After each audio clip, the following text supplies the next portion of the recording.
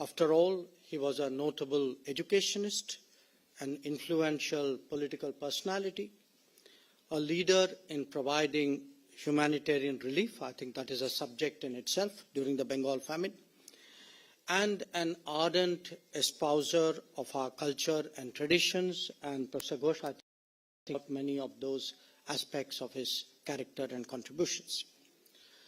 But he was a fierce nationalist, one who was quintessentially Indian, who saw his nation and its prospects through that perspective. Now, what I would like to do today is to address those beliefs and activities of Dr. Shyama Prasad Mukherjee that were so critical to the direction of the immediate post-independent India. As we all know, there were some particular causes to which he dedicated his politics and ultimately gave his life. They are crucial for a number of reasons. To begin with, these issues became the basis for a cohesive and alternative way of thinking in this country. These expressions of nationalism drove a debate over many, many decades about the nature of our politics and the nature of our governance. They also influenced our thinking about development and progress, including on how best we can stand on our own feet. And of course, they shaped our approach to engaging the neighborhood particularly and the world at large. At one level, each of these may look like a different subject, a different domain, but the truth is that they represented a holistic worldview, and in real life, each was inseparable from the other. Now, with that as a larger context, allow me to focus on some specific issues that are so deeply, so inextricably associated with Dr. Mukherjee. The first pertains to the accession of Jammu and Kashmir and the ensuing debate about that process and its implications. Now, his position, of course, is known to all of us and also evoked of Ek desh mein do vidhan, do pradhan, do nishan nahi chalenge. The issue itself does not require any further elucidation after so many years and so many experiences. We all know how damaging it has been economically, developmentally, socially, and in terms of national security when Jammu and Kashmir was not fully integrated into the national mainstream. When that was decisively rectified on 5 August 2019, obviously our national integration emerged that much stronger. But as a Minister of External Affairs, what I would like to underline today is how this issue was taken advantage of by external powers vis-à-vis India. Now, we must also appreciate that this assessment is not an outcome of hindsight. Even in 1953, Dr. Shyama Prasad Mukherjee conveyed to Prime Minister Nehru that, and I quote him, "No one today could claim that your handling of the Kashmir problem has enhanced our international prestige or has won for us wide international support and sympathy. On the other hand, your policy in this behalf has added to complications both at home and abroad." I repeat, your policy in this behalf has added to complications both at home and abroad. Statesmanship requires that you should re-examine the whole matter dispassionately and instead of being haunted by false internationalism, firmly create conditions for national solidarity based on fair adjustment of different views and input. I particularly stress this reference to complications abroad because that is precisely what came to preoccupy Indian diplomacy for the period thereafter. Interestingly, Sardar Patel too had a similar view when he very presciently cautioned Pandit Nehru about submitting our interest to the judgment of others. With the passage of time, the diplomatic consequences of the early misjudgments on Jammu and Kashmir have probably receded from public memory. It is possible that the younger generations are even unaware of the pressures that our country faced on this issue. But it is nevertheless worth recalling in order to fully appreciate the importance of what we did in August 2019. The question of how weaknesses are exploited in world politics and therefore why we should constantly strengthen our national security. Let me dwell on the global manipulation of the Jammu and Kashmir situation in some detail. This would explain what Dr. Mukherjee meant when he spoke of complications. Many of you would be familiar with the fact that in December 1947, India referred the matter to the United Nations under Article 35 of the UN Charter as a threat to international peace and security created by Pakistan's support to the invaders. There is a separate debate on whether this was the best pathway that India could have chosen at that time. But I won't get into that. Now bear in mind that the British appointed Governor General accepted the instrument of accession in regard to Jammu and Kashmir under the relevant legal provisions. What I would like to highlight more is the responses of the major world powers to an opening that this situation provided. Clearly, as the recent colonial power, the United Kingdom was in the lead. It was also the one with the strongest post-partition agenda and therefore the most mischievous.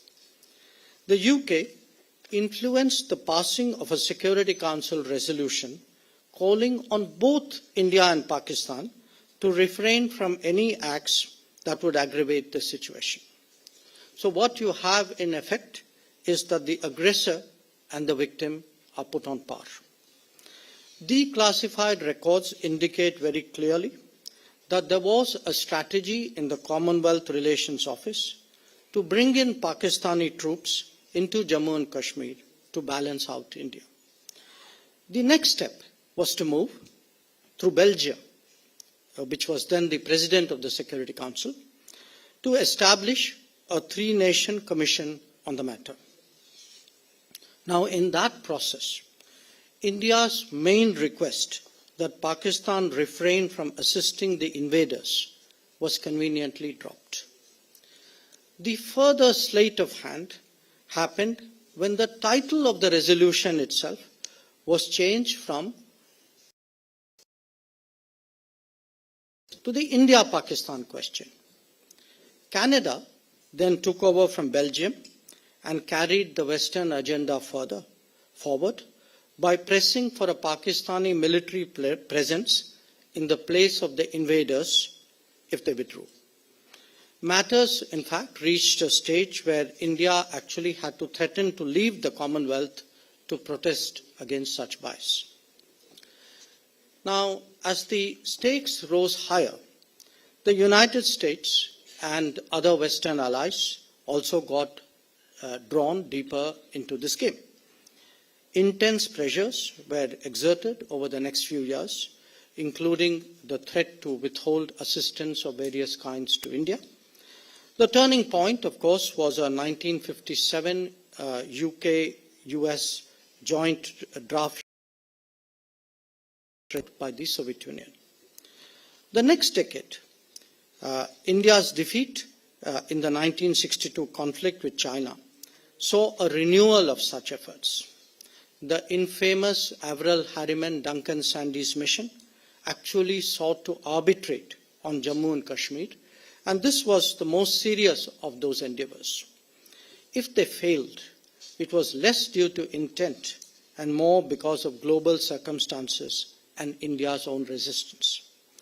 The illegal 1963 China-Pakistan agreement on Shaksgam Valley made it awkward for Western nations to make common cause right then with Pakistan. But by 1965, Western partiality for Pakistan's attempt to capture Jammu and Kashmir was apparent once again in the stance that they took on the conflict. The issue moved purely to the bilateral format as a result of the Shimla Agreement. Attempts to interfere in Jammu and Kashmir nevertheless carried on.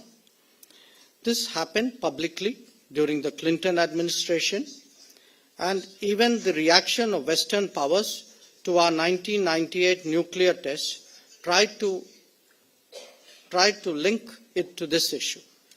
I repeat, this happened publicly during the Clinton administration, and even the reaction of Western powers to our 1998 nuclear tests tried to link it to this issue.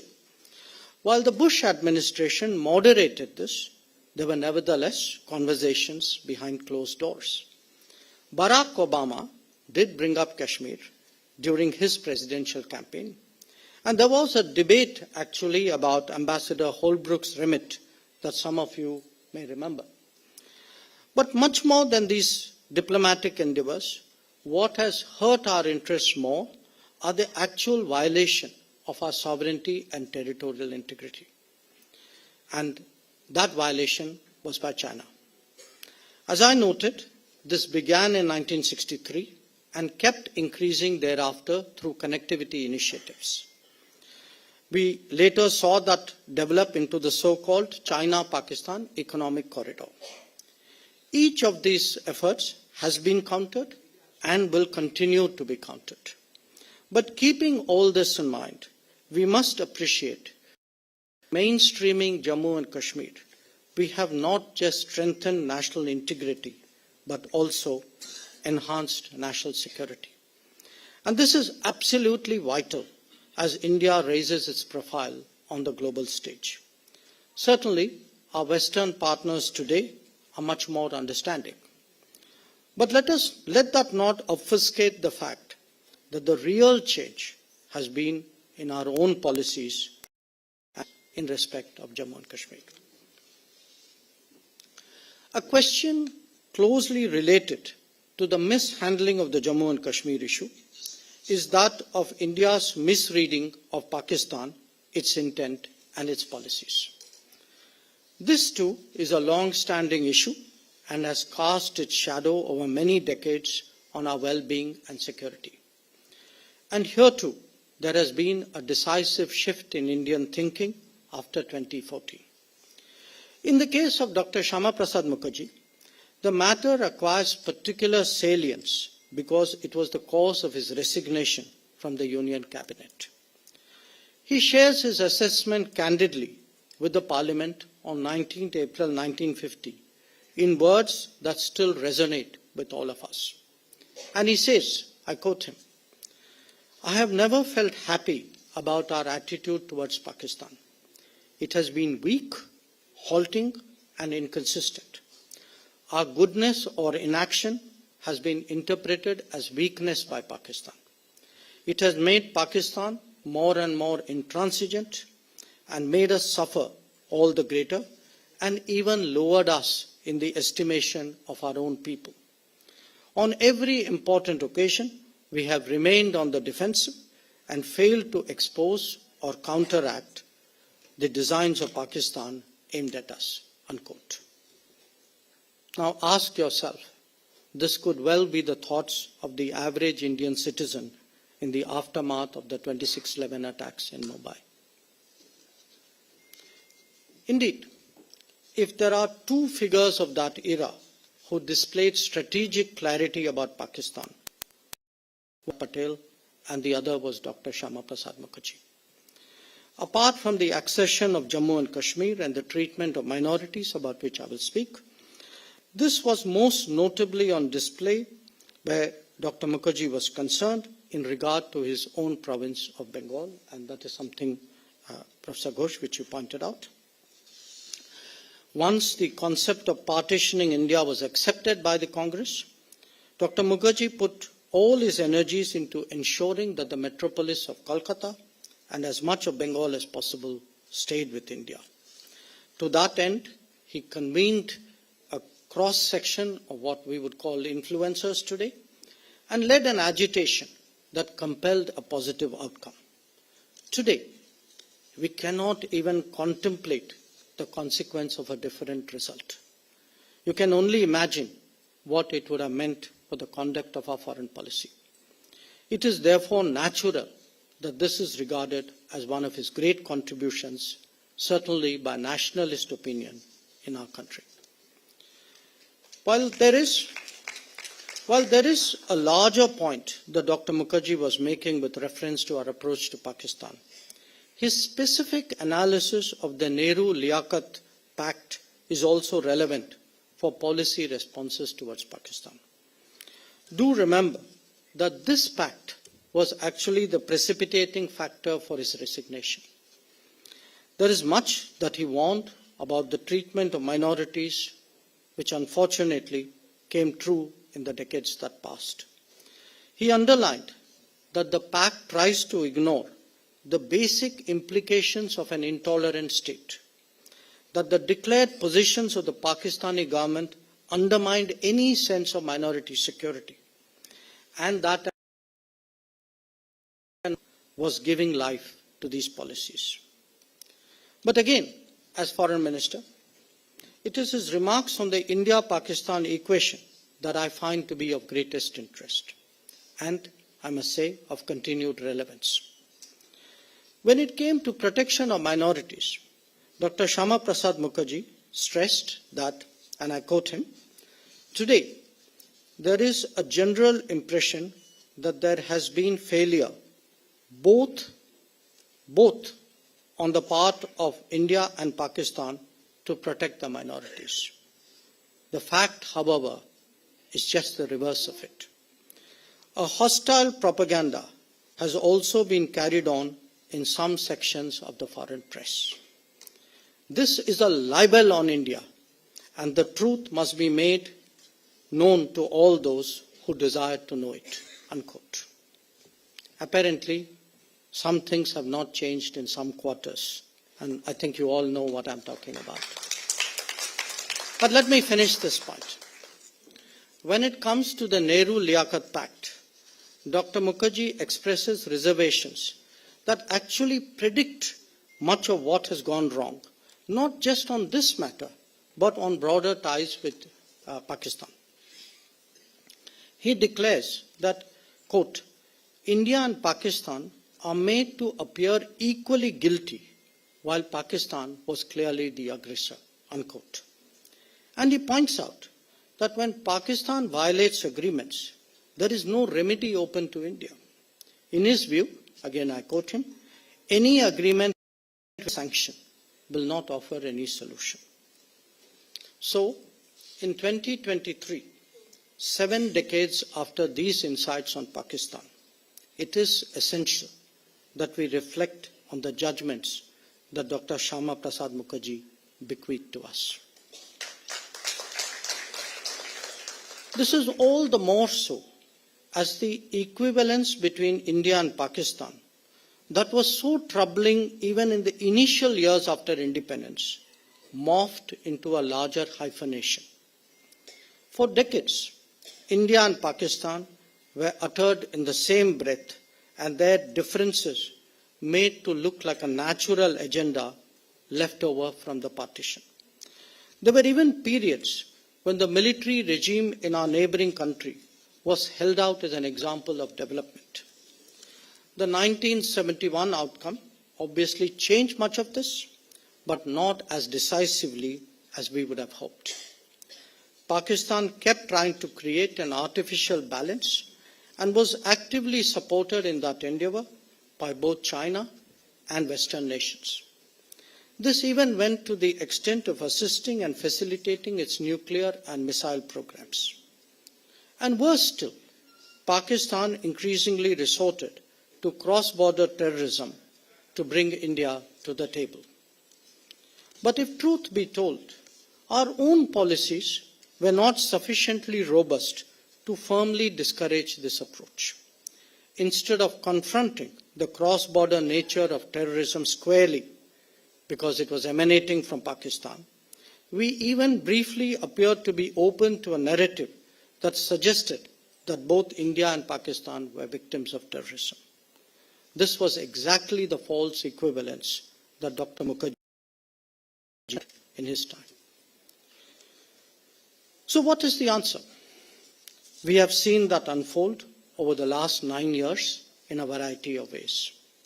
To begin with, this means taking a clear-cut position on the unacceptable of terrorism. It is obviously not in our national interest that we normalize terrorism by carrying on with the rest of the relationship as usual. That message has been sent loud and clear.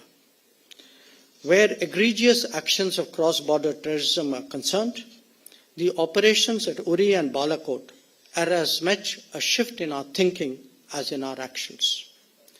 But it is also important to mobilize the international community through advocacy and awareness creation.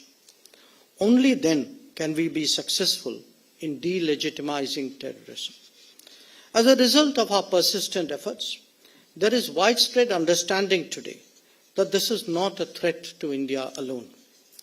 That the UN Security Council's Counter-Terrorism Committee held a meeting at a 2611 site in Mumbai was a statement of no small significance.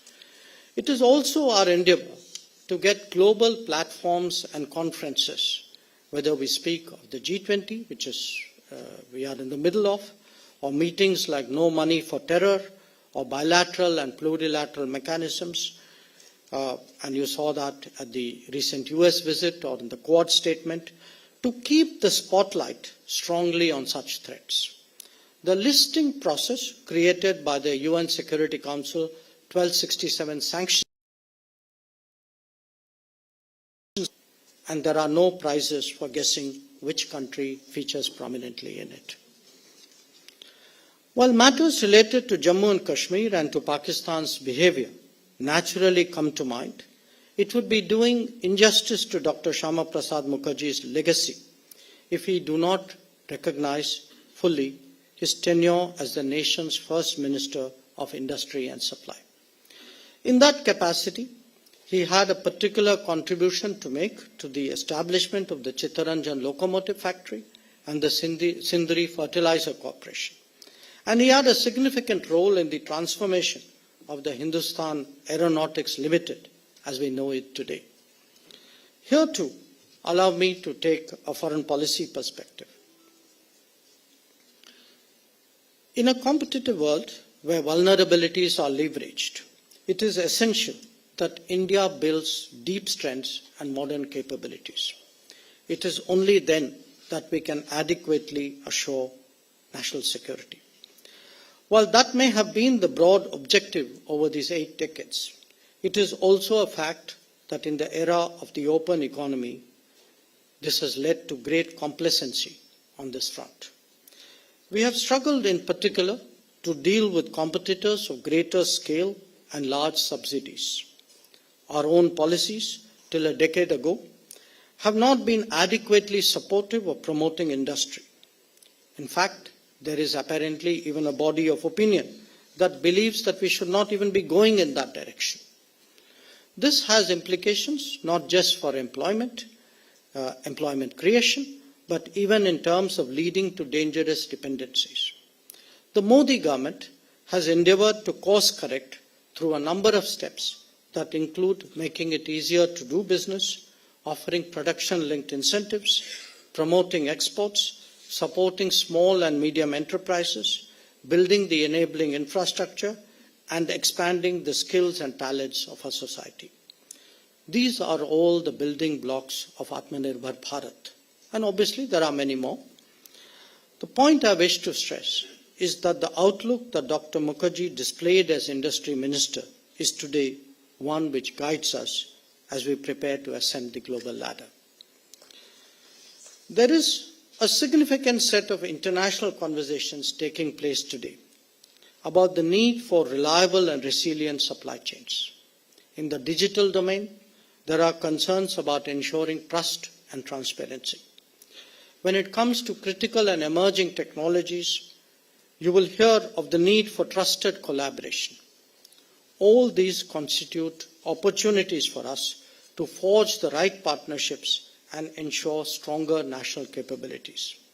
Many of you, I'm sure, would have followed the Prime Minister's recent path-breaking visit to the United States and would appreciate the larger objectives that we sought to achieve during that visit. But to do that, we need leadership, vision and belief, or undertake a Mars mission. This speaks for the level of confidence in the nation today. Commitment to our culture and history. But here again, permit me to take a foreign policy perspective. We have all seen a major economic rebound. The very G20, whose presidency we all celebrate collectively, is a reflection of how much economic capabilities have geographically dispersed since our independence. It has an accompanying political facet, again expressed through new mechanisms, platforms and influences. We could talk of the Quad, or of the BRICS, or of the International Solar Alliance, or of the Voice of the Global South Summit. And indeed, it is visible in our own international standing, in our growing influence, and in the rising expectations that the world has of India. But if the world order is to really change, there has to be today diluting, but it is equally important that the gaps are not filled just by others. This is all about entering the world of soft power and the importance of shaping narratives.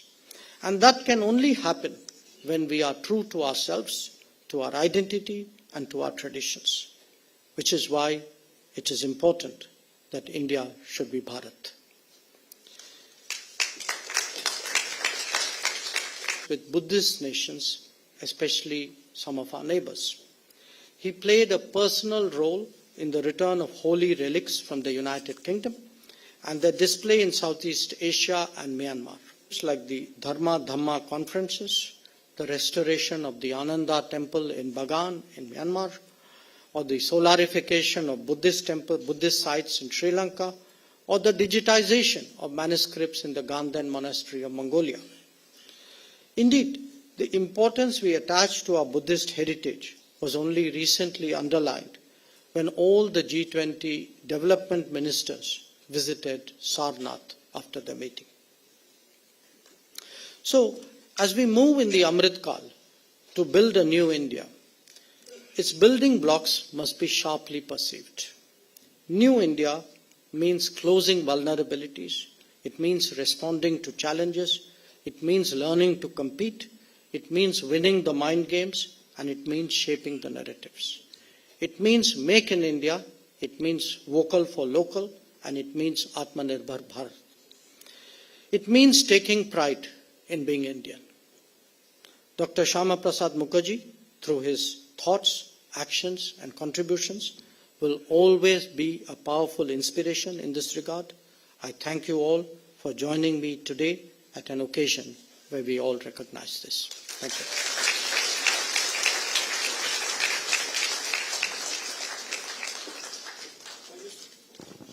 Hello অজস্র ধন্যবাদ আমাদের তরফ থেকে উনি এতটা সময় দিয়েছেন এতটা আমরা আলোচনায় পার্টিসিপেট করেছি আমি অনুরোধ করব স্বপনদার মাইক্রোফোনটা প্লিজ অন করে দেবেন The minister has very kindly agreed to accept a few questions. স্বপনদা প্রথমে একটা প্রশ্ন নিতে চাই যাদবপুরের স্কলারও ওর প্রশ্ন রয়েছে অরূপের Thank you, ministers. My question is, when we are going to get back our Kashmir, which has been occupied by the Pakistan, we want to know it because we are from the land of Shyama Prasad Mukherjee ji. Thank you. I think, since we are in the land of Dr. Shyama Prasad Mukherjee, the first thing to appreciate and to consistently get into the minds of the entire nation is the fact that we have actually rectified a fundamental mistake which was made in 1947. and a mistake for which Dr. Shyama Prasad Mukherjee fought so hard in his own lifetime to rectify. Now, so to me, if you do not do that, see, I've tried to, all of us know the domestic debates on this. The point I was making is, if you leave open such a vulnerability, in a competing world, others are going to exploit it. And that is exactly the account which I read out to you. And the fact is that by leaving there a Pakistan-occupied Kashmir, we allowed a contiguity to develop between really two adversarial nations. And that is today costing us as well. So now what happens beyond obviously is not something that anybody can say with great authority and certainly not in public. But I do think that even in terms of making clear you begin first by at least opposing something. Whether you then you act on it, that comes later. When we took a strong position against the Belt and Road Initiative, against the China-Pakistan Economic Corridor, I can tell you there were sections in this country who questioned us, and many of them questioned us publicly. Today they may want to deny but the record is there for everybody to see, that who was clear-cut about what were our rights and what were our interests, and who was once again dodgy as they have been for the last 75 years. So that's my answer. Maybe I'll ask Thank you. a parallel question to this, use my prerogative. You're quite right in saying that the hyphenated relationship with Pakistan has been thrown into the dustbin. Pakistan is now stewing in its own juice, and it's no longer a priority as far as we are concerned. But the global priority as far as India and its neighbors are concerned is the other elephant in the room. Now that's something where a lot of our pretensions about soft power, hard power, non-alignment, independence sometimes seem to be put to the most severe test. I'm talking about the China factor. Yes, I know. But at least these days we mention China. There was a time in the previous government when the word China was not even mentioned. It was so embarrassing for them. They were not, whatever the reasons may have been.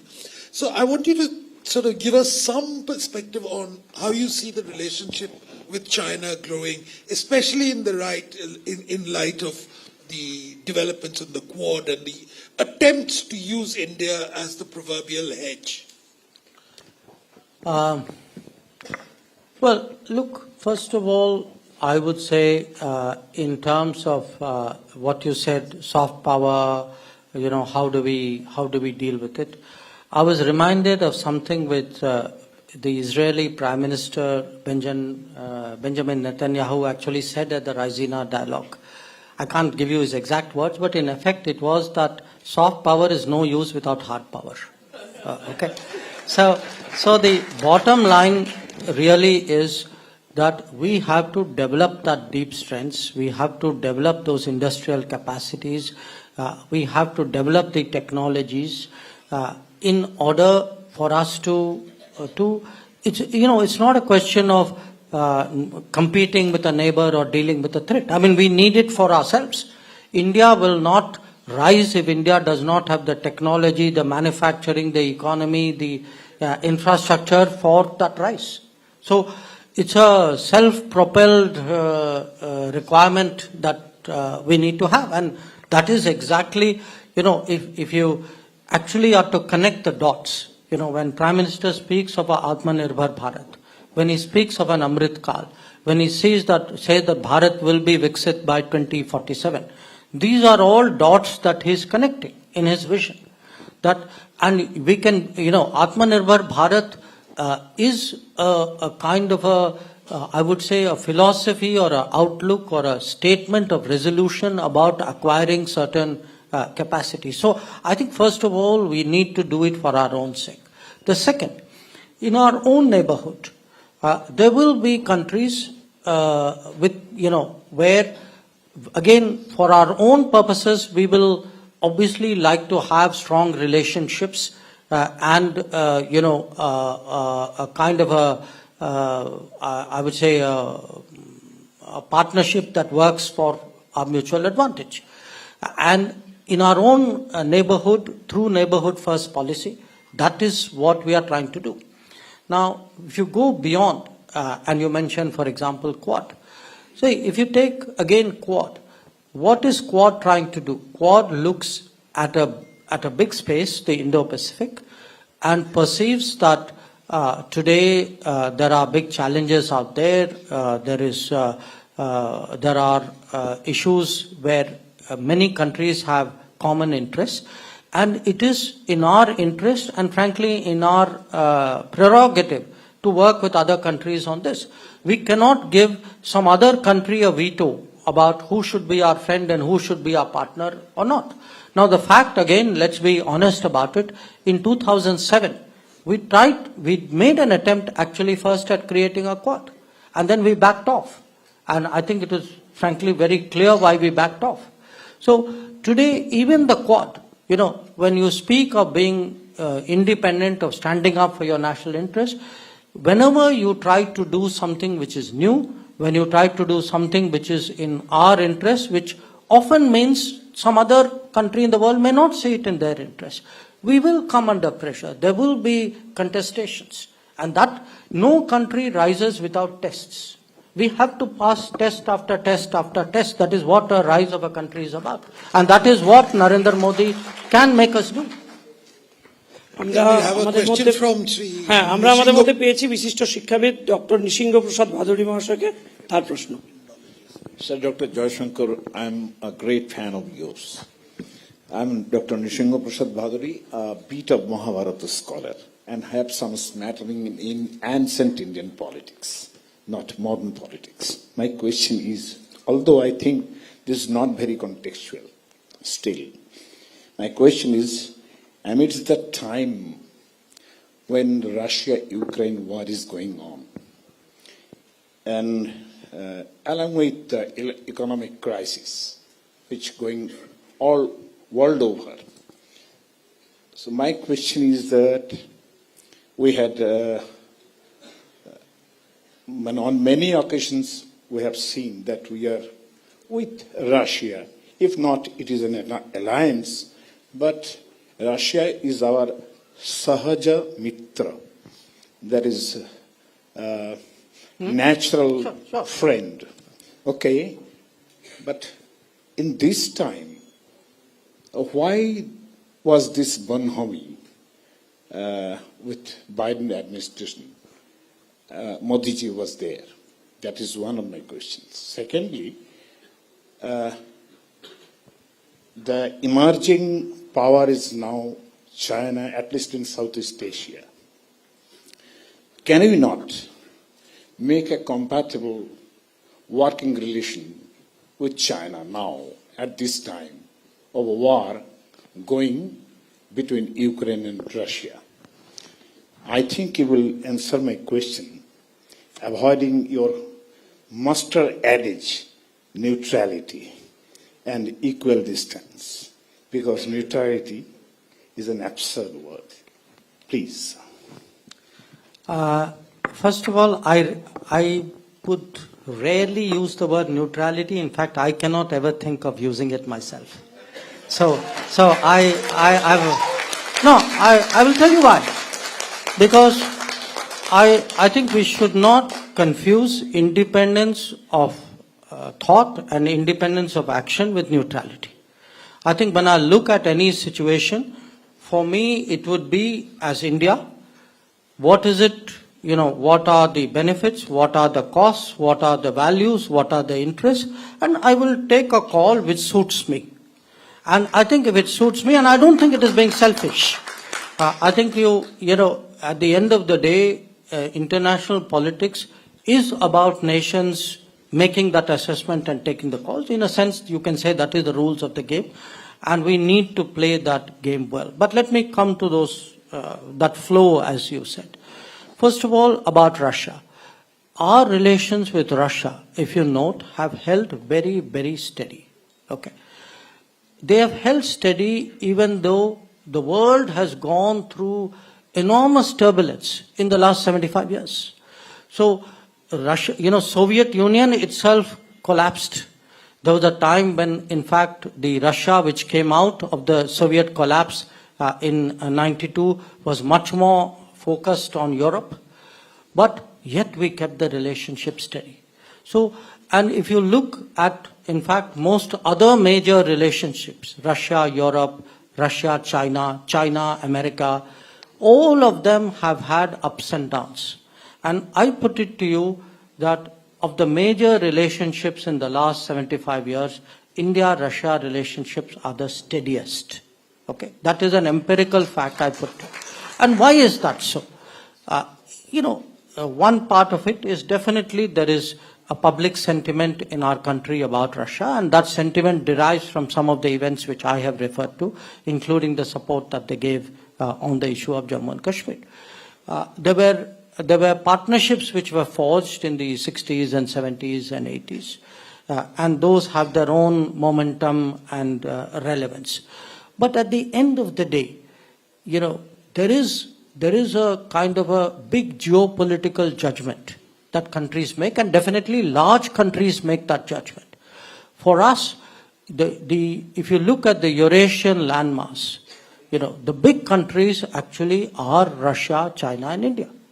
And for us, a lot of what we see in the Russia relationship is actually geopolitically driven. So I do feel it is a relationship which is insulated from in a sense, the ups and downs of regular politics, and has a certain ballast to it. Your next issue, which is on China, can we have a understanding or some sort of modus vivendi, working relationship with China? Look, for India would, at this moment, what should be our priority? I don't think anybody in this room would dispute. Our priority should be how we improve the lives of our people. How is my growth stronger? How is it more inclusive? How do I create more jobs, develop deeper strengths, create the basis for the rise of India? When any big power is rising, that big power actually wants stability. Now, our problem is that the present downturn in our ties was not our creation. It was created by China. It was created by China violating two agreements of 1993 and 96 and moving forces to the line of actual control in violation of those agreements. Now, if we are to have a decent relationship, I think, they need to observe those agreements. They need to stop trying to unilaterally change the status quo. And they need to come to the understanding that, relationships between major countries work only when they are based on mutual interest and mutual sensitivity and mutual respect. They need to understand this. And my endeavor is to make them to understand this. So I can only say I'm working very hard at it. Certainly in the border areas, we have resolved some issues. There are issues we have not. I continue to do this. In diplomacy, you never give up. But as I said, it finally takes two hands to clap. And China too must have that belief in a workable relationship if that is to happen. এবারে হর্ষ গুপ্তার প্রশ্ন নেব। Harsh Gupta, author. Very good evening, Honorable Minister, sir. My first question is on, we saw the diaspora very enthusiastically welcoming Prime Minister Modi, like they do in almost all his trips. But there is an element of perhaps emotionally divided or confused loyalties. Why don't we, as a confident rising India, think of dual citizenship, whereby we can exclude those with documented sympathy for secessionism or terrorism, but with friendly democracies, allowing them a greater psychological and economic stake in the rise of India. For example, Israel uses that very well with the US as one example. That's my first question, because recently the e-passports thing was a headline and operationally voting is also easier, and they will not be allowed to join governments or run for parliament, etc. But they can be otherwise full dual citizens over and above OCI.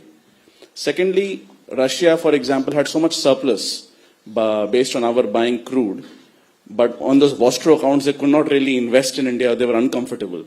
So in the long term, or not so long term, we have to think of rupee as an international currency, not just for trade, but for finance. So what is the geo-financial or geo-economic thought you have on gradually liberalizing the capital account so that more people want to buy our debt, our money, our bonds in our currency? Thank you. There was one part of the question, sir, which I omitted, which was you asked me, there is this bonhomie when Prime Minister went to US. Yes, of course, there was a bonhomie. You all saw it on your screens. Here again, I think we should all appreciate that for us, we should not be, it's not in our interest to be tied down to exclusive relationships. Because we have a tradition of strong ties with Russia, that should not become a burden or an obstacle to an equally strong relationship with the United States.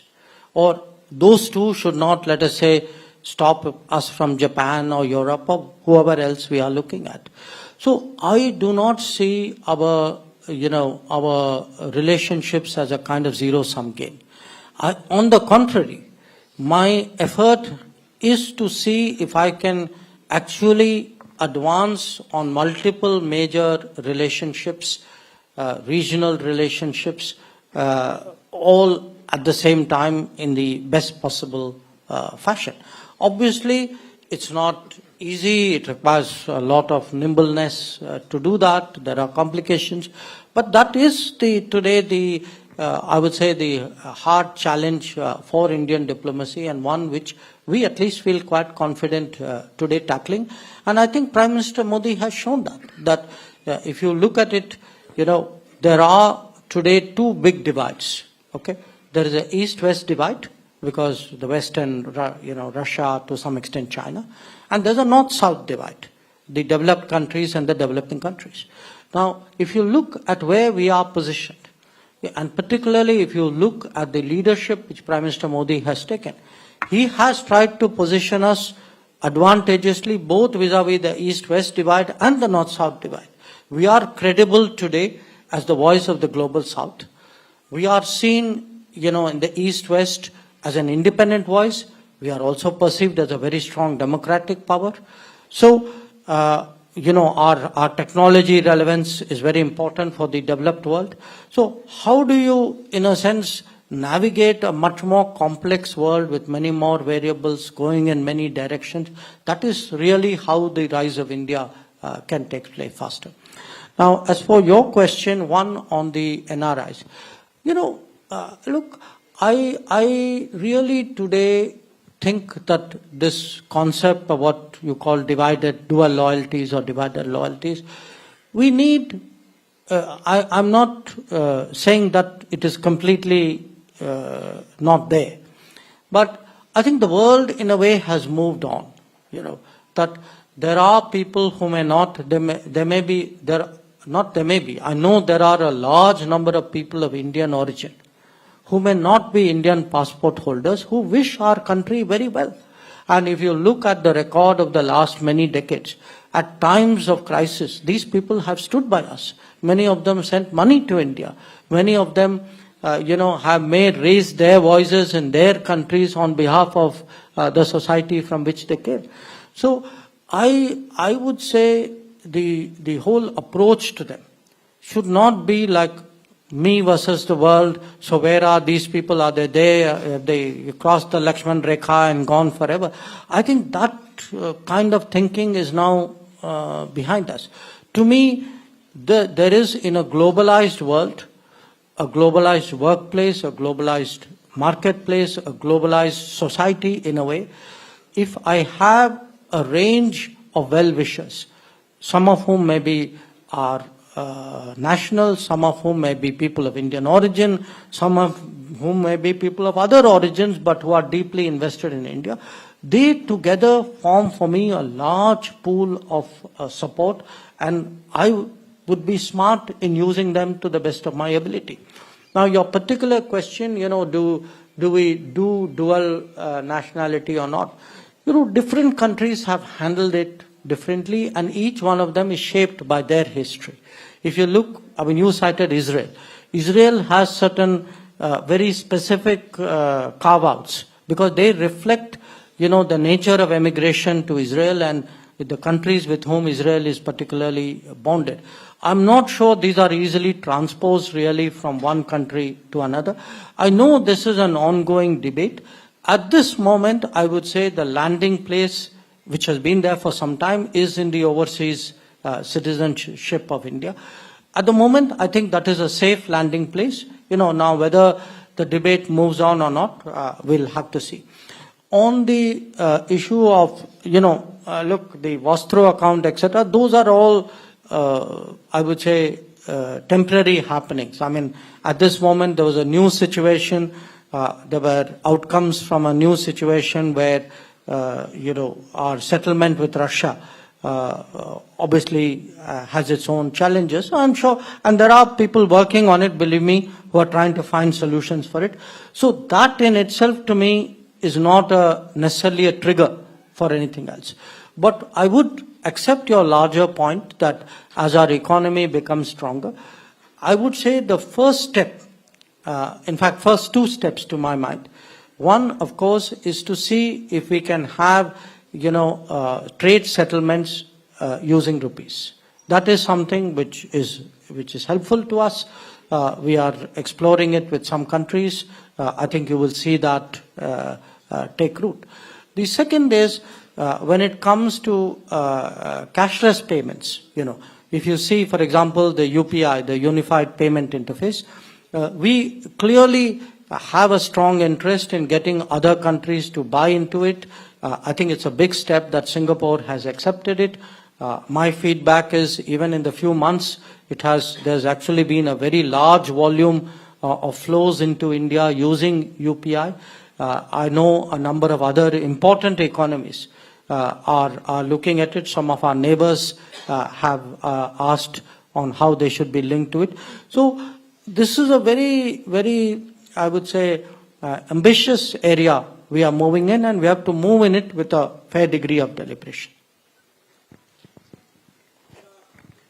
Hello. I think we'll make this the second last question because, ঠিক আমরা এক second আমরা আমাদের মধ্যে পেয়েছি আমরা আমাদের মধ্যে পেয়েছি প্রফেসর অনিন্দ্য জ্যোতি মজুমদার মহাশয়কে যাদবপুর বিশ্ববিদ্যালয়ের ইন্টারন্যাশনাল রিলেশনশিপের অন্যতম মাননীয় অধ্যাপক, তার কাছ থেকে আমরা প্রশ্ন এক্সপেক্ট করছি। Thank you, sir, for your enlightening presentation in a very matter-of-fact way. And I think you are the only foreign minister who has a fan club across India. I have many queries because I teach international relations, but I will just ask two. Since you were talking about Jammu and Kashmir at length, in fact, what is the attitude of the government of India towards United Nations military observation group for India and Pakistan? I think they are still very much here doing what I do not know. And there is another question, that is, as you write and as you talk about various components of India's foreign policy, what are the very crucial components of the India way that you actually try to propagate? Thank you very much. Maybe I can take one more question. I can take one more question. One more question.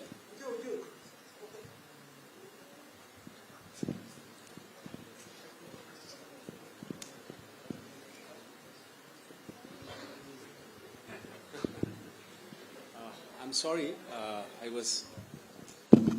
I'm extremely sorry. Sir, I have two questions from a standpoint of a proud and aspirant citizen of modified India. Sir, the first question is that all of us know from a news report published in the front page of India Today that in 2018 during Beijing Olympics, INC, Indian National Congress, and Chinese Communist Party had a memorandum signed in Beijing. There's a lot of hullabaloo about it. But though ex-CJI Justice Bobde showed blissful ignorance about it. So is it within the process of Ministry of External Affairs or Government of India to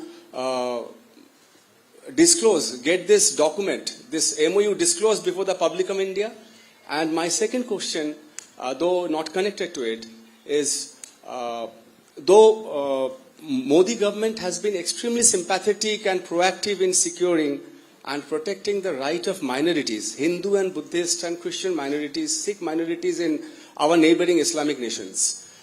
But what the new India, the modified India can do to ensure their security and their dignity in the respective countries they are presently residing at, apart from giving them asylum in India? স্বপনদা, এখানে মিডিয়ার অনেকে রয়েছেন, একটা প্রশ্ন না allow করলে খুব বিপদে পড়ে যাব। Can I take those two, or should I? One more? Would you want me to add? Yeah. Okay. All right. Evening, sir. My question is that All right. My name is Shogoto Mukhopadhyay, and I work with the Telegraph Online. Multiple Indian prime ministers have made trips to the US in the past. Yes. Starting from Mr. Nehru to Mrs. Gandhi to Rajiv Gandhi to Mr. Vajpayee and even Dr. Manmohan Singh. What I wanted to know from you, sir, and you had been integral part of this trip of Prime Minister Modi, how would you differentiate this particular trip from all those trips in the past? What is new? What do we have in this trip? Sure, fair question. Can I? Yeah. Okay. I'll take another round after that, so please bear with me. Look, first of all, on this UNMOGIP, the UN mission, some things are a kind of a leftover, you could say a legacy inheritance from periods of history, and that period of history is what I spoke about. So, our effort today is really to move on, to do the right things to ensure that our interests are protected, that what has been agreed to among, even between India and Pakistan. After all, in Shimla, there was an agreement regarding the bilateral nature of the settlement of our issues. So, we are moving in a certain directions. There will be legacy institutions or presence. We have to find ways, frankly, of dealing with them and carrying on in the path on which we are proceeding. So, at the moment, yes, they have some kind of presence, but that's really about all that there is to it. You asked me about the India way. Look, I only put it this way. I mean, I would sum it up in a way as an answer which I gave to this gentleman, which is, one, we have to understand it's a very competitive world. We have to be very clear-cut about our interests.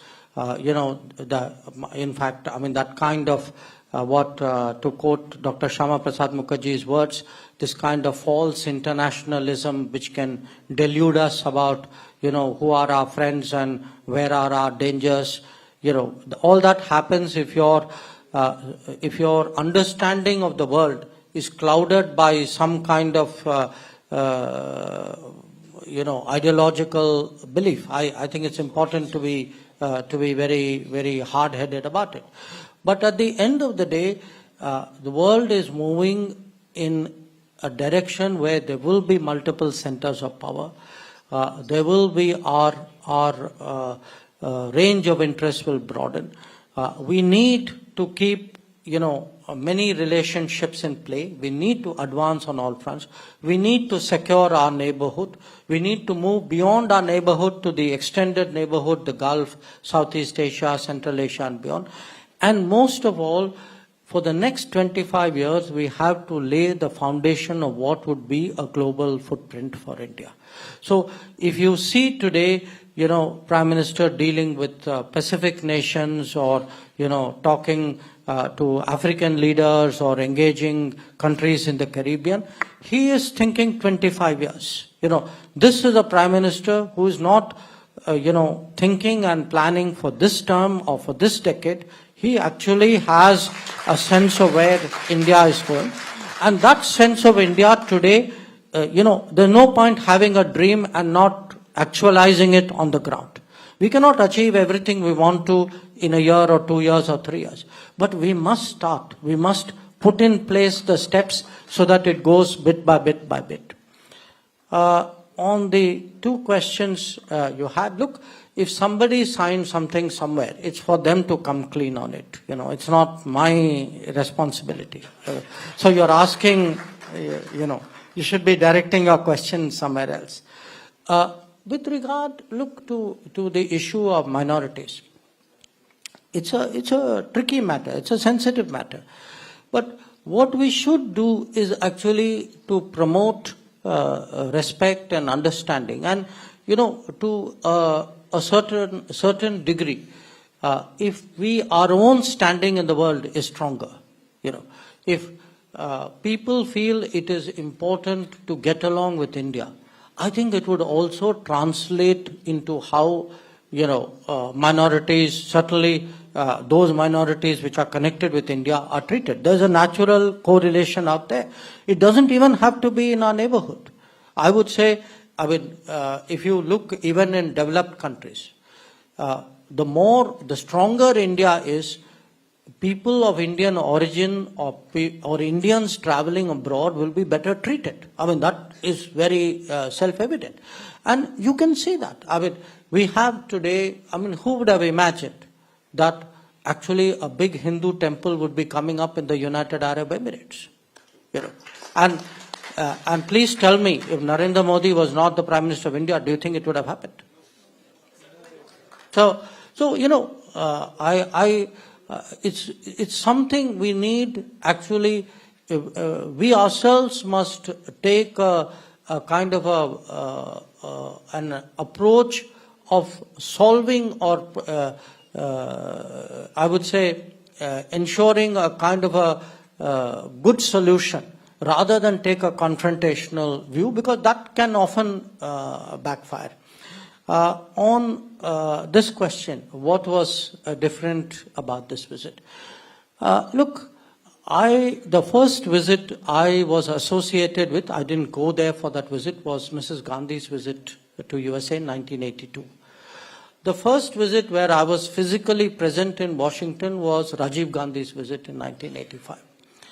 And if you look at all the visits that have happened thereafter, generally speaking, if people said, okay, what were the 3 big visits in our history? People would have said Narendra Modi's visit in 2014, the Madison Square Garden visit. They would have said the Dr. Manmohan Singh visit, where the nuclear deal would have been done. And probably they would have said Rajiv Gandhi's visit, because he tried really to smoothen out ties with the United States, which had been difficult in the period before. Now, I actually was there in Washington for each of these 3 visits. So with those 3 visits as a kind of benchmark, I can tell you for sure this visit was a completely different level. And there are many ways by which I can sort of demonstrate to you that, that it was a different level. Because, say, in diplomacy, one easy yardstick is protocol. This was only the 2nd state visit of an Indian Prime Minister. That the only other state visit which has ever happened before was Dr. Manmohan Singh in 2009. Secondly, this was the only time where a Prime Minister of India has addressed a joint session of the Congress twice. No other Prime Minister of India has ever done this. In fact, there are only 4 other people, 2 of them were Israelis. But other than that, I think only Nelson Mandela and Winston Churchill have addressed the joint session more than once. But it wasn't just this. We were, for example, in Washington for 3 days. On each of these days, the President of the United States was with the Prime Minister in a program. I mean, he was there for a private dinner on the first day in the White House. He was there through the official program, which was the second day. On the third day, he came for what was called a tech roundtable, which was out there. The First Lady, Jill Biden, she too had an event with the Prime Minister. You know, event on a matter which was very dear to her heart, which was on skills and community colleges. There were 6 cabinet members who attended, Prime Minister's. I mean, even his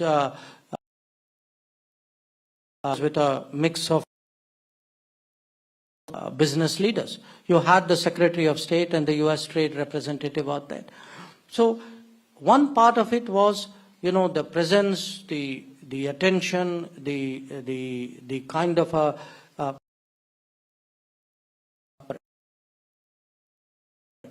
not just the administration. If you look today in a very polarized capital,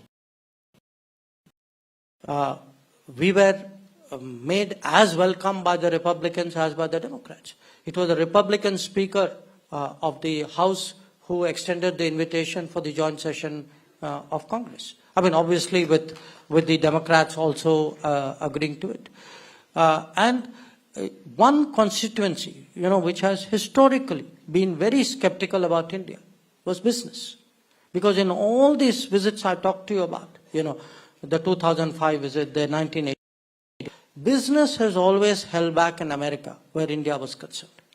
This time, you had from, Tim Cook to Elon Musk to Satya Nadella to Sundar Pichai. I mean, to the Boeing guy, to the GE guy. I mean, you look actually at the levels and seriousness of the business interaction.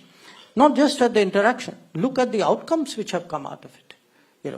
An agreement on jet engine is something which is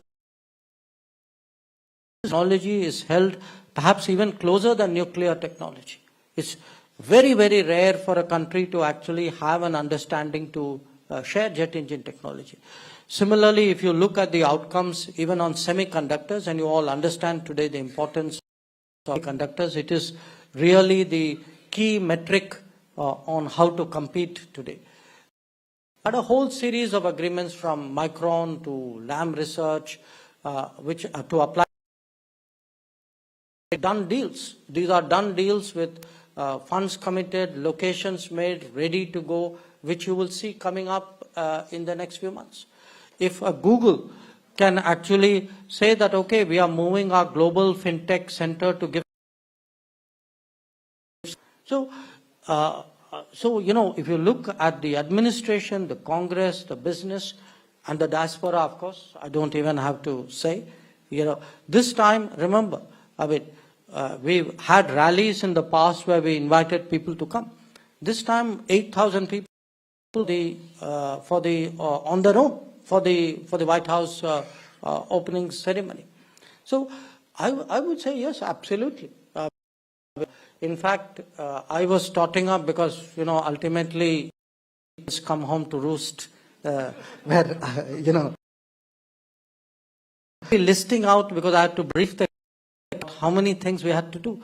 There are actually 58 things I need to do as a follow-up to. I actually believe,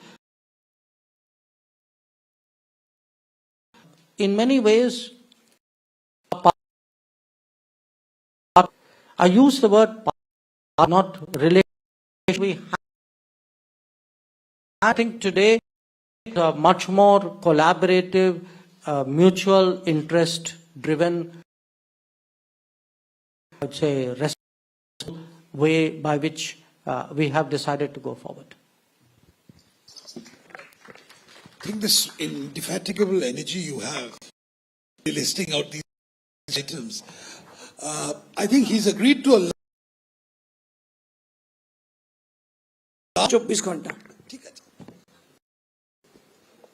Good evening, Dr. Jaishankar. My question is, as far as this subcontinent is concerned, as Our relationship with our neighbor Bangladesh is very important, and we've been so far maintaining a very good relationship with Sheikh Hasina government. But for the last 1 decade or so, there is a big but, and that is that for our bilateral relationship, and and their election is due this year. So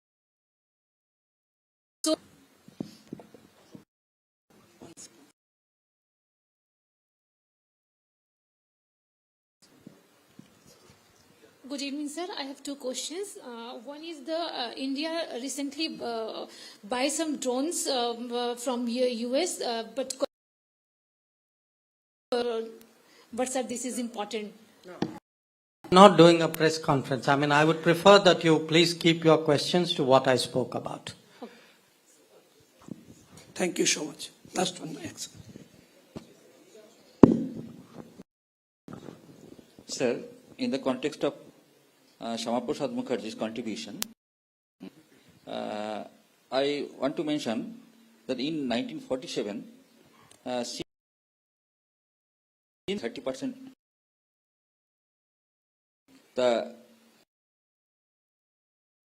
from Congress and 28 MLAs from Muslim, 60 MLAs in Sindhu.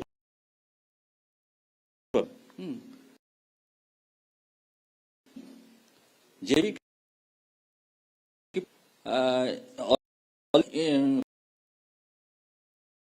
so why not they East province, East Sindhu province in India. The contribution of that somebody says that 58 MLA of East West Bengal, who voted for West Bengal, they are the, what is the contribution? Question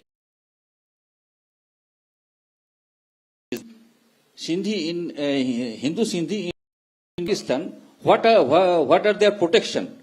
What are our foreign policy in that? Also in also in also East Bengal. There are 20%, 1970. They are also right. So what is our foreign policy? That is also a soft policy. Last question. Dr. Jaishankar, this is Srimoy Talukdar from First Post. I have a question for you on the visit, the Modi's state visit to the US. Since you talked about the importance of shaping narratives, would you agree these narratives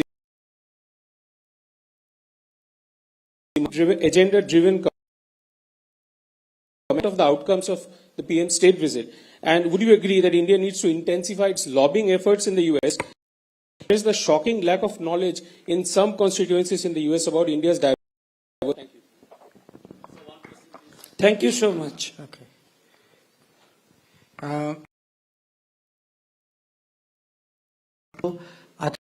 I think again the wrong.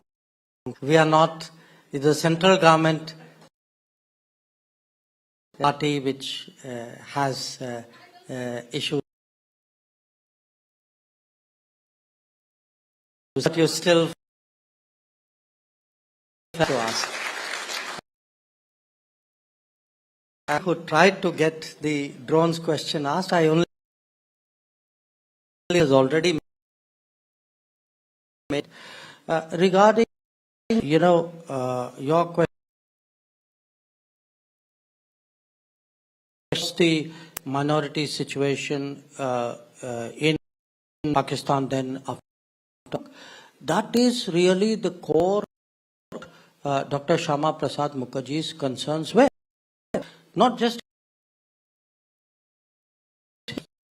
at that part. And, when we treatment, at the end of the day, statistics speak for. So when you look at your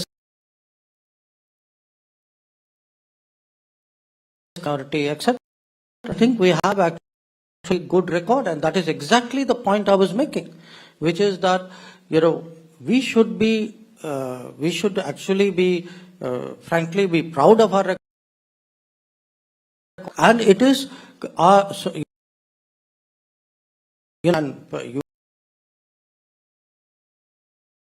who should be subjected. Now, what could have happened? Those foreign policy cannot go back to the past and say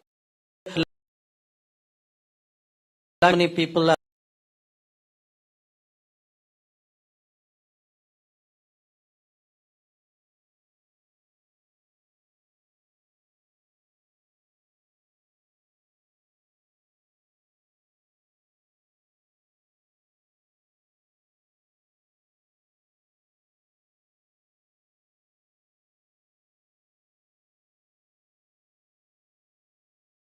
But that's how the situation in Jammu and Kashmir evolved. We took certain lessons and finally came to certain conclusions.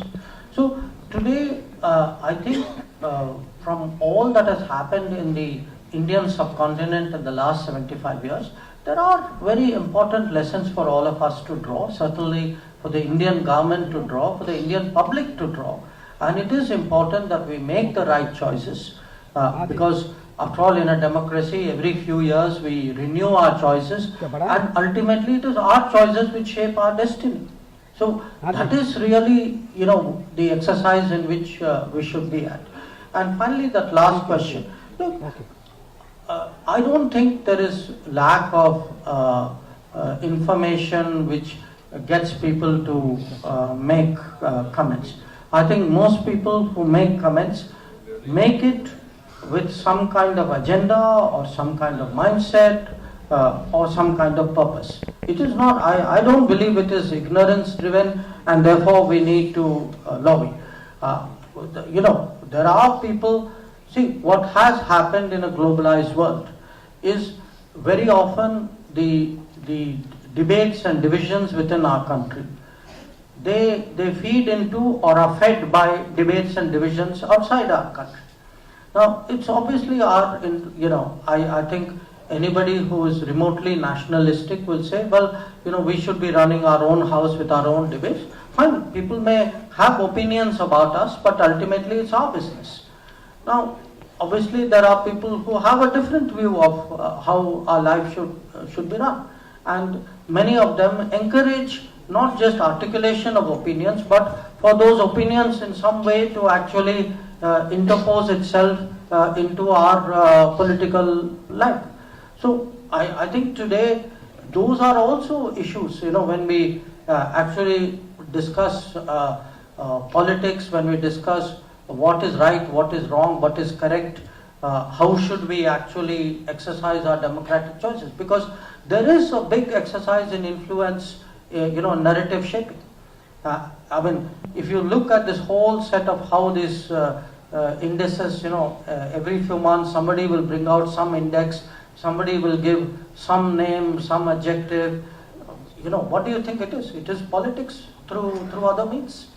So we need to call it out. I don't think it's an issue of informing. I think it is a question of saying, look, hey guys, I know exactly what you are doing and I'm prepared to call you out. And that's really what we should do. Well, I think I speak for everyone when I say that Dr. Jaishankar truly deserves the label of being a superstar foreign minister which we've had in India. Person who I think everybody admires, respects, and looks up to. I thank you very much for coming to Kolkata, your second visit. Let's hope this is the beginning of a wonderful friendship, to quote the last lines of Casablanca.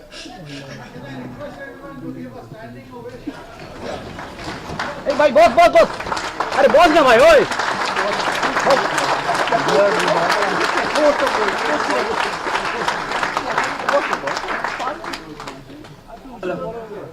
Thank you so much দাদা, বসুন না। অনুরোধ করবো আসন গ্রহণ করবার জন্য। আর একটু ছোট্ট সমাপ্তি অনুষ্ঠান রয়েছে, প্লিজ।